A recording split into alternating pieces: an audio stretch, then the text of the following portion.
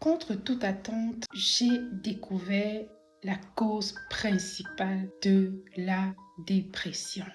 J'ai été conduite aujourd'hui à méditer dans Jean 14. Et quand j'ai entendu Jean 14, je me suis dit, Saint-Esprit, chaque jour Jean 14, je suis un peu fatiguée du Jean 14. Après, c'est ma façon d'être intime avec le Saint-Esprit. Je reconnais qu'il est Dieu, mais je reconnais aussi que voilà, on est complice. Dieu a beaucoup d'humour. D'accord. J'ai quand même pris le temps de lire ce qu'il m'a recommandé, c'est-à-dire Jean 14. Je m'attendais à ce qu'il me parle. Je m'attendais à ce que Dieu me révèle quelque chose de particulier ce jour-là. Donc j'ai obéi.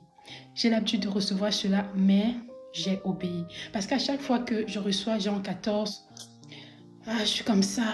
Mais après, je reçois toujours quelque chose de particulier que je n'ai pas reçu les autres fois. Et donc, en méditant Jean 14, j'ai découvert quelque chose auquel je ne m'attendais pas. Nous savons très bien qu'il y a un fléau qui fait des ravages en ce moment, qui est la dépression.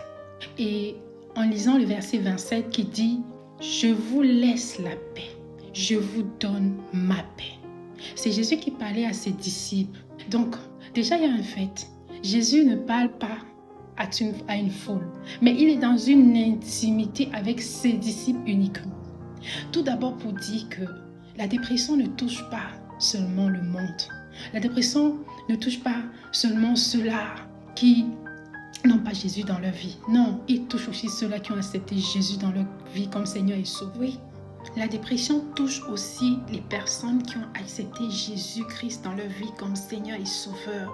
Si ces personnes ne veillent pas aux recommandations de Jésus, parce que c'est comme un papa qui sait qu'il va partir d'un moment à l'autre et qui donne ses derniers vœux à ses enfants. Si ces vœux ne sont pas respectés, il y aura des conséquences. Il dit ensuite, je ne vous la donne pas comme le monde la donne. Ne restez pas dans le trouble et dans la crainte. Je me suis d'abord demandé pourquoi Jésus dit à ses disciples, je vous laisse la paix, je vous donne la paix.